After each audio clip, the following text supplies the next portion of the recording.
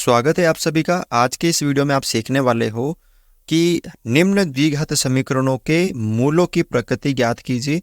यदि मूलों का अस्तित्व हो तो उन्हें ज्ञात कीजिए। आपको मूलों की प्रकृति जो है वो ज्ञात करनी है। तो हम यहाँ पे 3 क्वेश्चन दे रखे हैं, तो 2 क्वेश्चन को हम क्या करेंगे, सरल करेंगे। तो सबसे पहला जो क्वेश्चन है वो ये है, 2x² माइनस 3x प्लस 5 बराबर 0। पहले तो ये चेक करेंगे कि इसका जो द्विघात समीकरण है इसका मूलों का अस्तित्व है।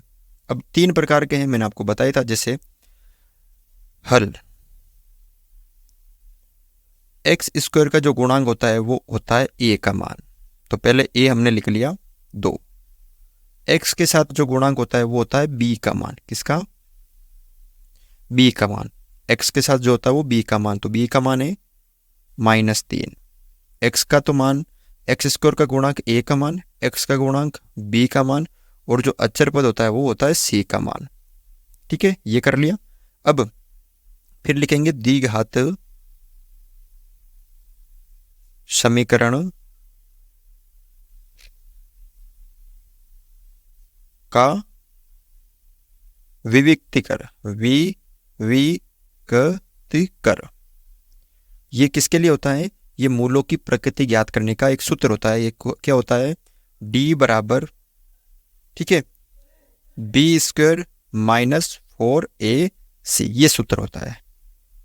ठीक है, तो देखो b की जगह -3 है का स्क्वायर, माइनस 4 की जगह 4, a का मान क्या है आपके पास 2, गुणा c का मान क्या आया 5। ठीक है, 3 का स्क्वायर हो गया 9, माइनस 4 दूनी 8, 8 पंजा 40। अब 40 में से 9 गए तो माइनस के 31। यहाँ पे मान क्या आ गया? माइनस का। तो देखो यहाँ पे हमारा जो मान आया वो माइनस का आया है। तो 3 कंडीशन होती है हमारे पास। पहली कंडीशन है कि यदि जो मान आता है वो 0 से बड़ा हो, ये बड़ा है ना, यानी हम ये अभी हमने ज्ञात किया b² माइनस 4ac, अभी हमने ज्ञात किया क्या आया हमारा -31 आया है। तो क्या 0 से बड़ा है? नहीं, माइनस की संख्या 0 से छोटी होती है। ये बराबर नहीं है 0 के, क्योंकि 0 से छोटी है। 0 से जो हमारा ये b² माइनस 4ac आया, -31 जो आया वो 0 से क्या है? छोटा है। 0 से छोटा है। 3 कंडीशन होता है, 0 से बड़ा यानी प्लस की संख्या, 0 से छोटा यानी माइनस की संख्या, या 0। 3 कंडीशन होती है। अगर 0 से छोटा हो तो उसका कोई वास्तविक मूल नहीं होता, यानी उसके मूलों का अस्तित्व नहीं है। तो आपको यहाँ पे लाइन लिखनी है। क्या लाइन लिखोगे? यहां b² माइनस 4ac का जो मान है वो क्या है? 0 से छोटा है। क्या है? 0 से छोटा। ये देखो है ना, माइनस का मान है तो 0 से क्या है? छोटा है। हो तो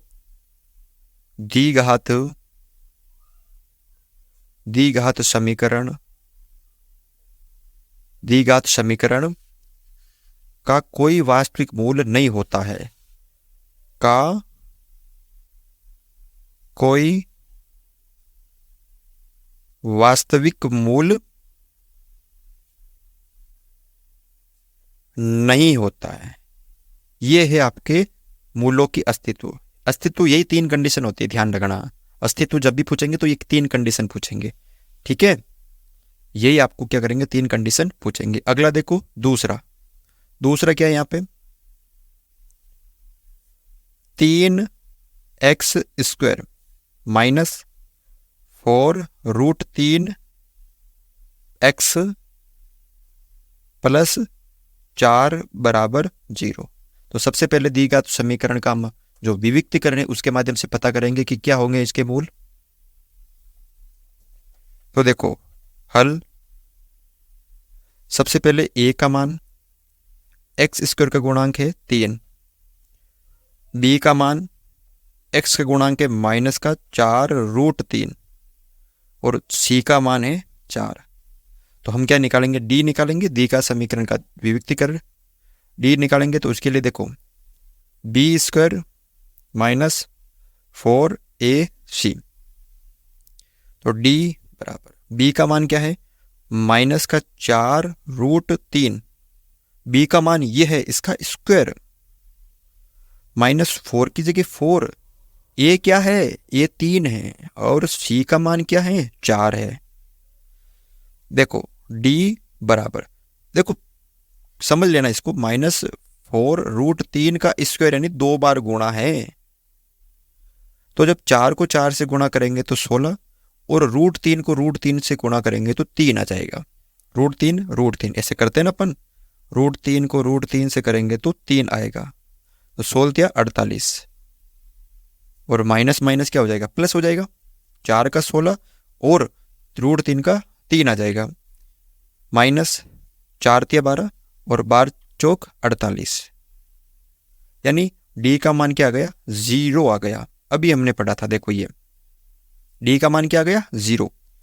यहाँ पे देखो 0 बराबर आ गया, बिल्कुल 0, न तो ज़्यादा न कम, न तो प्लस का न माइनस का, 0 आ गया। तो इसके क्या है, 2 बराबर वास्तविक मूल होते हैं। तो यहाँ पे लिखो, यहाँ b² - 4ac बराबर क्या है, 0 हो तो 2 बराबर वास्तविक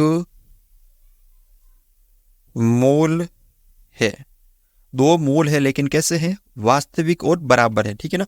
तो इसका लिए आपको सूत्र लगाना है श्रीधराचार्य का। क्या सूत्र होता है, आप सबको पता ही है वो सूत्र, ठीक है ना। देखो यहाँ पर तो वो सूत्र होता है x बराबर -b प्लस माइनस √b²